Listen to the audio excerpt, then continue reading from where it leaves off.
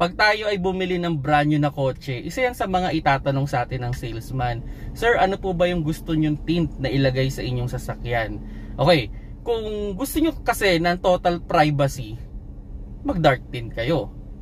Pero kung medyo mahina yung mata ninyo, mag clear tint kayo. Pero on the idea, ganito mga paps, no? The darker the tint, the higher yung kanyang heat rejection. So yung clear, mas mahina yung kanyang heat rejection. So, kung ako ang mag-a-advise sa inyo, no, kung sa kasa yan, kasi ito, idea lang, pag sa labas kasi tayo nagpa-tint, pag nagbago-bago tayo ng kulay ng tint natin sa bawat window natin, possible na may additional charge yan. Kasi syempre, tinitipid din nila yung pagkat ng, o yung rolyo ng tint, inaano nila na ma-maximize nila na hindi marami yung tapon. Pero sa kasa, normally, pwede. Kahit iba-ibang kulay.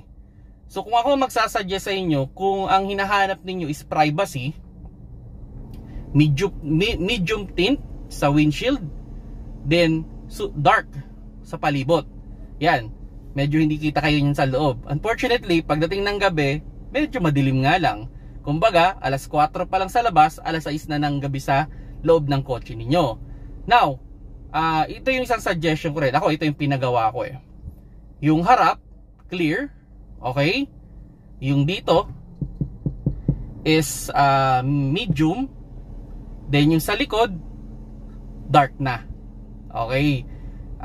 Ganun yung pinagawa ko naman na sistema sa akin. Kumbaga, clear, medium, and dark na yung sa likod. Kasi ang problema mga paps, pag ito kasi dinark natin, yung side mirror natin medyo madilim.